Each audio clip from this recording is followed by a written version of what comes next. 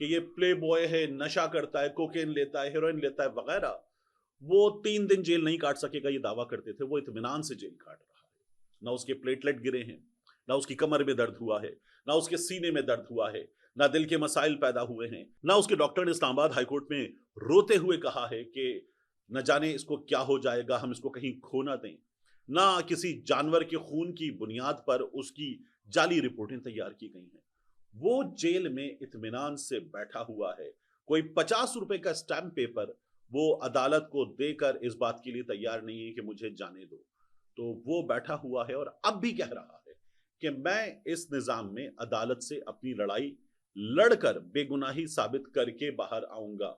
وہ اب گنڈاپور کو, باقی تمام لوگوں کو کہہ رہا ہے کہ تم لوگ اسٹیبلشمنٹ سے کوئی بات نہیں کرو گے. اس شخص کا یہ معاملہ ہے اور کوئی اس کے حق زوجیت کا کیس لے کر آ جائے اور عدالت سن رہی ہے. ایک دوسرا یہ جو جی ایچ کیو حملہ کیس ہے, جو پہلے اڈیالہ میں چل رہا تھا, عمران خان صاحب سے ملاقات ہوتی تھی, باہر آتے تھے, بات بھی ہوتی تھی, وہاں پر بھی اوپن ٹرائل کے تقاضے اور جسٹ ٹرائل کے تقاضے پورے نہیں ہو رہے تھے. لیکن پھر ہمارے سامنے ایک چیز آئی کہ توشہ خانہ مکمل ہو رہا ہے, وہ مکمل ہو جائے گا اور یہ جو جی ایچ کیو حملہ کیس ہے, جی ایچ کیو کے دروازے پر توڑ پھوڑ کا کیس, یہ کیس اب یہاں سنا جائے گا. یہاں پر پہنچے فیصل ملک صاحب, سلمان اکرم راجہ صاحب, اور یہاں انہوں نے کہا کہ یہاں پر فیئر ٹرائل کے تقاضے پورے نہیں ہو رہے, کیونکہ عمران خان صاحب کو what's app call Adiala jail میں کسی کے نمبر پہ ملا کر دے دی گئی ہے, جج صاحب کے نمبر پہ کال کر دی گئی ہے. عمران خان صاحب کیا کہہ رہے ہیں سامنے موجود وکلا کو نہیں پتا. ایک فون پر واٹس ایپ کال کس طرح سے سنوائی جائے گی, وکلا کیا بتا رہے ہیں عمران خان صاحب کو نہیں پتا. جج صاحب سے کہا گیا کہ ایسے ویڈیو کال پر پیشی نہیں ہوتی, جو تقاضے ہیں ویڈیو کال کے بھی وہ بھی پورے نہیں ہو رہے, تو یہ نہیں کیا جا سکتا. جج صاحب نے کہا ہم آپ کو جانتے ہیں, آپ نے پہلے بھی عدالت کا وقت ضائع کیا, آپ اب بھی عدالت کا وقت ضائع کر رہے ہیں. اور وہاں پر جو اسپیشل پروسیکیوٹر ہیں, جن میں اکرام امین منہاس صاحب بھی شامل ہیں, اسلام آباد ہائی کورٹ کے جج راجہ انعام امین منہاس صاحب کے بھائی وہ بھی موجود تھے. تو وہاں پر کیا ہوا, وہاں پر انہوں نے کہا کہ جناب انہوں نے پچھلی کارروائی میں بوائیکاٹ کر دیا تھا, آج یہ پھر آ گئے ہیں, بوائیکاٹ کے بعد کیا سے آ سکتے ہیں, اور یہ جو عدالت سے ٹرانسکرپٹ مانگ رہے ہیں اپنے دلائل کا, وہ بھی نہیں دیا جا سکتا. لاہور ہائی کورٹ کا فیصلہ موجود ہے, تو یعنی فیصلے میں جو ہوگا وہ سامنے آئے گا. یہ اگر پچھلی سماعت کا جو ٹرانسکرپٹ ہے وہ مانگ رہے ہیں تو وہ نہیں دیا جا سکتا, یہ کہا گیا عدالت میں.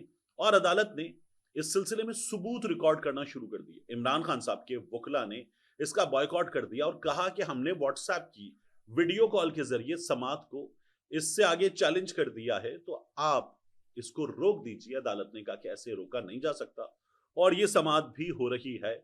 قانونی تقاضے پورے کرنا عمران خان صاحب کے معاملے میں, یہ نظام آہستہ آہستہ تہ درتے بے نقاب ہوتا جا رہا ہے.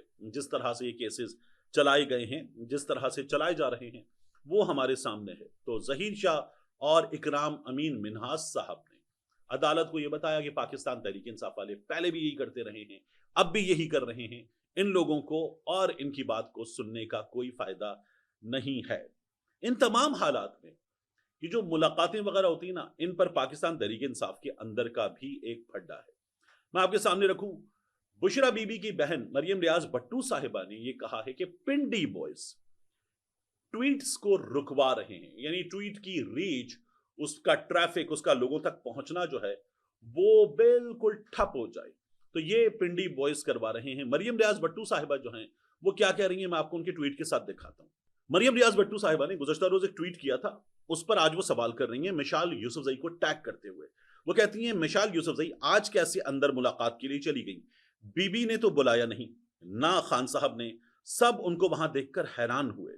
کس لسٹ پہ ان کا نام تھا اور کس نے دیا, علی امین صاحب کو تو اجازت ملتی نہیں, مجھے اور ان سے کچھ نہیں, لیکن ایسی ملاقاتوں سے ان کی ہر حرکت بی بی سے جڑ جاتی ہے. سلمان اکرم راجہ کو وہ ٹیگ کر کے سوال کرتی ہیں, ہر name was not on the list you approve. پھر وہ علیمہ خان صاحبہ کو بھی ٹیگ کرتی ہیں. اچھا, ان کا یہ کہنا ہے کہ ان کے اس ٹویٹ کو بالکل بے جان کر دیا گیا, اس پر کوئی بھی سوالات نہ ہوں, یہ انہوں نے کیا اور کہا آج ٹویٹ کر کے جب تک پنڈی بوائز سے بات نہ ہوئی ہو, یعنی یہ اسٹیبلشمنٹ کے لوگوں کی بات ہو رہی ہے, فوجی افسران کی بات ہو رہی ہے. جب تک پنڈی بوائز سے بات نہ ہوئی ہو ایسی ٹویٹس نہیں کروائی جا سکتی. میری یہ ٹویٹس کس نے رکوائی ہوگی؟ مشال بی بی, یہ 100 ویوز کے بعد روک دی گئی. اچھا, یہ بالکل ٹھپ ہو گئی, یہ وہ کہہ رہی تھی. جو مریم ریاض بٹو صاحبہ کا آج کا ٹویٹ ہے اس پر بھی 9 ریپلائز ہیں اور 9 ری ٹویٹس ہیں, اس پہ 31 لائکس ہیں. جو ویوز ہیں اس کے وہ تقریباً, جب میں یہ ریکارڈ کر رہا ہوں تو 1.4 ہیں. فوج یہ ٹویٹ ٹھپ کروانا یا کسی ٹویٹ کا ٹریفک کم کروانا یہ نہیں کر سکتی. ہاں, یہ کروایا جا سکتا ہے. کروایا کیسے جا سکتا ہے کہ کسی ٹویٹ کو باقاعدہ طور پہ ڈیلیبریٹ ایفرٹ کے ساتھ سب کو بتا کے نظر انداز کرنا شروع کر دیا جائے. یعنی ایک ٹویٹ ہے, وہ ٹویٹ پاکستان تحریک انصاف سے وابستہ کسی شخصیت نے یا لیٹ سے نون لیگ سے وابستہ کسی شخصیت نے کیا, اور نون لیگ کو لگتا ہے کہ اس ٹویٹ کو ہم بھی نظر انداز کر دیں, تو نون لیگ اپنے تمام لوگوں کو, سپورٹرز کو کہے گی اس ٹویٹ پہ بات نہیں کرنی, لائک نہیں کرنا, ری ٹویٹ نہیں کرنا, ریپلائی نہیں کرنا, کمنٹ نہیں کرنا. تو جب وہ نہیں ہوگا تو بالکل ٹویٹ ٹھپ ہو جائے گی. یہ ڈیلیبریٹ ایفرٹ کہیں اور سے ہو سکتی ہے. پنڈی بوائز اس میں کیا کریں گے؟ تو شاید وہ یہ تو کر سکتے ہیں کہ پارٹی کے تمام لوگوں سے کہیں کہ اس پہ رسپونڈ نہ کریں. تو کیا پاکستان تحریک انصاف کی جو سوشل میڈیا پر کروڑوں فالوورز ہیں وہ بھی پنڈی بوائز کی بات مان لیں گے؟ میرا خیال ہے مریم ریاض بٹو صاحبہ سے یہاں ممکنہ طور پر کوئی غلطی ہوئی ہے. محترمہ مریم ریاض بٹو صاحبہ اس کو دیکھیں, یہ پارٹی کی طرف سے تو کیا جا سکتا ہے, یہ پنڈی بوائز کی جانب سے نہیں کیا جا سکتا. ان کا ٹویٹ اگر پارٹی کے لوگوں نے یا دیگر لوگوں نے نظر انداز کیا ہے تو یہ ایک ممکنہ ریزن ہو سکتی ہے میری رائے میں. اس ٹویٹ کو آپ جا کے دیکھ سکتے ہیں. اس پر اگر آپ ریپلائی کریں گے, بات کریں گے تو یہ ٹویٹ خود بخود اٹھنا شروع ہو جائے گا. یہ ہم نے اکثر و بیشتر دیکھا ہے, لوگ ڈیلیبریٹ ایفرٹ کے ساتھ کسی کا اکاؤنٹ نیچے لانے کے لیے باقاعدہ طور پہ کرتے ہیں. یہ نون لیگ والے بھی اپنے فالوورز کو کہتے ہیں کہ اس پہ بات نہیں کرنی. پی ٹی آئی والے بھی کہتے ہیں کہ یہ جو صحافی ہمارے خلاف مسلسل بات کر رہا ہے اس کو نظر انداز کرتے ہیں, اس کو جواب ہی نہ دیں. جب آپ اس کو جواب نہیں دیں گے تو اس کا ٹریفک وغیرہ, اس کی ریچ وغیرہ ختم ہو جائے گی. یہ کر کے ہمیں کام دکھانا ہے, یہ کیا جا سکتا ہے. اچھا, اس کے علاوہ بہت امپورٹنٹ ہے 27 ستمبر کا جلسہ. علی امین گنڈا پور صاحب نے جو 27 ستمبر کے جلسے کا اعلان کیا اور کہا پورے پاکستان کا جلسہ ہوگا, انہوں نے خود پارٹی کے لوگوں کو بھی چیلنج کیا کہ آؤ کامیاب بناؤ, لاکھوں کی تعداد میں شرکت کرو, پورے پاکستان کا جلسہ ہے, بندے بھی لے کر آؤ, بیرون ملک بیٹھے ہوئے لوگ بھی آ جائیں, کامیاب کریں, بندے لائیں, زبردست بنائیں, اس کو کیوں کر رہے ہو. تو گنڈا پور صاحب یہ بات کر رہے تھے. گنڈا پور صاحب چیلنج کسی اور کو کر رہے تھے, لیکن اس کو ناکام بنانے کے لیے سب سے آگے کون ہوتا ہے؟ ہمیشہ کی طرح مسلم لیگ نون والے, حکومت پنجاب والے. حکومت پنجاب نے لاہور میں 7 مقامات پر گزشتہ رات چھاپے مارے. پاکستان تحریک انصاف کے ورکرز کو اس جلسے میں شرکت سے روکنے کے لیے سب سے پہلا کام خوف پھیلانا. گھروں میں گھسیں گے, کاروباری مراکز پر جائیں گے, بندے اٹھائیں گے, گرفتار کریں گے, نہیں ملے گا تو اس کے کسی سگے کو لے جائیں گے. یہ پیٹرن ہم نے پہلے بھی دیکھا ہے, اب بھی ممکنہ طور پر یہ پیٹرن ہمیں نظر آ رہا ہے. 7 مقامات پر گزشتہ رات چھاپے مارے گئے ہیں پاکستان تحریک انصاف کے لوگوں کو خوف میں مبتلا کرنے کے لیے کہ تم یہاں سے جب جاؤ گے جلسے میں شرکت کے لیے جو پشاور میں ہو رہا ہے تو ہم تمہیں بتا دیں گے کہ کیا کرنا ہے. تو یہ جلسہ بھی ایک خوف کی علامت ہے. اس جلسے میں خیبر پختونخوا سے تو لوگ شامل ہو جائیں گے, دیگر صوبوں سے لوگ شامل نہ ہوں, اس بات کو یقینی بنایا جا رہا ہے. آخری چیز, جو بابر سلیم سواتی صاحب اسپیکر خیبر پختونخوا اسمبلی, انہوں نے کہا کہ تیرا ویلی میں جو کچھ ہوا وہاں پر شہری شہادتیں ہوئیں, دہشت گرد عناصر مارے گئے. اس پر انہوں نے کہا کہ ہم نے ایک اسپیشل کمیٹی بنا دی, اس کمیٹی میں آئی جی بھی آئے گا, خیبر پختونخوا کا آئی جی بھی آئے گا اور کور کمانڈر بھی آئے گا. کور کمانڈر بھی آ کر بتائے گا کہ کیا ہوا ہے.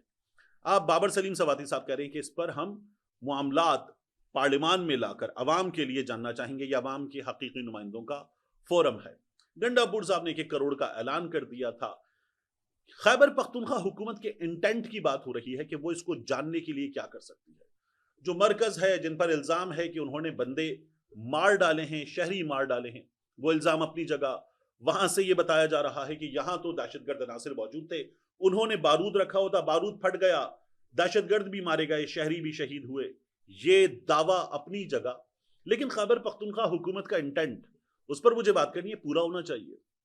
اس سے پہلے ہم نے دیکھا جو کاٹلنگ میں ہوا تھا, وہاں پر شہری شہید ہوئے اور گنڈا پور صاحب نے, باقی سب نے بڑے بڑے دعوے کیے, لیکن ہوا کیا؟ کچھ نہیں ہوا. کیا ایف آئی آر ہوئی؟ کیا باقی تقاضے پورے ہوئے؟ نہیں ہوئے. میں نے صبح کی ویڈیو میں آپ کو بتایا تھا 4 بار گزشتہ کچھ عرصے میں خیبر پختونخوا میں ڈرون حملہ ہو چکا. کیا رکوایا جا سکا؟ نہیں رکوایا جا سکا. کیا عمران خان صاحب نے یہ مطالبہ کیا تھا گنڈا پور سے کہ اس کو فوری رکوایا جائے، اس سلسلے میں بات کی جائے، ایف آئی آر کی جائے، اس کی تحقیقات شروع کر دی جائے؟ کیا یہ سب کچھ ہوا؟ نہیں ہوا. اور پھر سب سے امپورٹنٹ بات، یہ جو لوگ جان سے گئے، میں دونوں دعووں کو ابھی سچا مانے بغیر دونوں آپ کے سامنے رکھ دوں کہ پی ٹی آئی والے اور خیبر پختونخوا حکومت والے کہہ رہے ہیں کہ ہمارے شہریوں پر فورسز نے بمباری کی، غلط جگہ بھی بم گرے، شہری شہید ہو گئے. یا یہ دعویٰ کیا جا رہا ہے سیکیورٹی ذرائع کی جانب سے کہ یہاں بارودی مواد تھا، بارودی مواد پھٹ گیا، دہشت گرد جہنم واصل ہو گئے، شہری شہید ہو گئے. یہ دونوں دعوے اپنی جگہ. کیا مرکز میں سے کسی نے بات کی؟ عطا تارڑ نے، وزیر اطلاعات نے، وزیر داخلہ نے، مرکز کی حکومت نے، کیا کسی نے اس پر کوئی بات کی؟ نہیں، کوئی بات نہیں ہوئی، کوئی جملہ ہمارے سامنے نہیں آیا. تو مرکز اس معاملے پر خاموش ہے. یہ جو مر گئے یہ کون تھے؟ یہ اس ملک کے شہری تھے. کیا ان کا خون اتنا ہی بے قیمت ہے کہ اس پر مرکز بات تک نہ کرے؟ اور باقی یہ معاملہ سیاست میں، دعووں میں دبا دیا جائے. ایک جانب بابر سلیم سواتی اور اسمبلی کے لوگ کچھ اور کہہ رہے ہوں، دوسری جانب بیرسٹر سیف آئے اور وہ بات کریں جو سیکیورٹی ذرائع کہہ رہے ہوں. کیا اس ملک کے شہریوں کا خون، ان کی جانیں اتنی بے وقت ہے؟ ملتے ہیں انشاءاللہ آپ سے اگلی ویڈیو.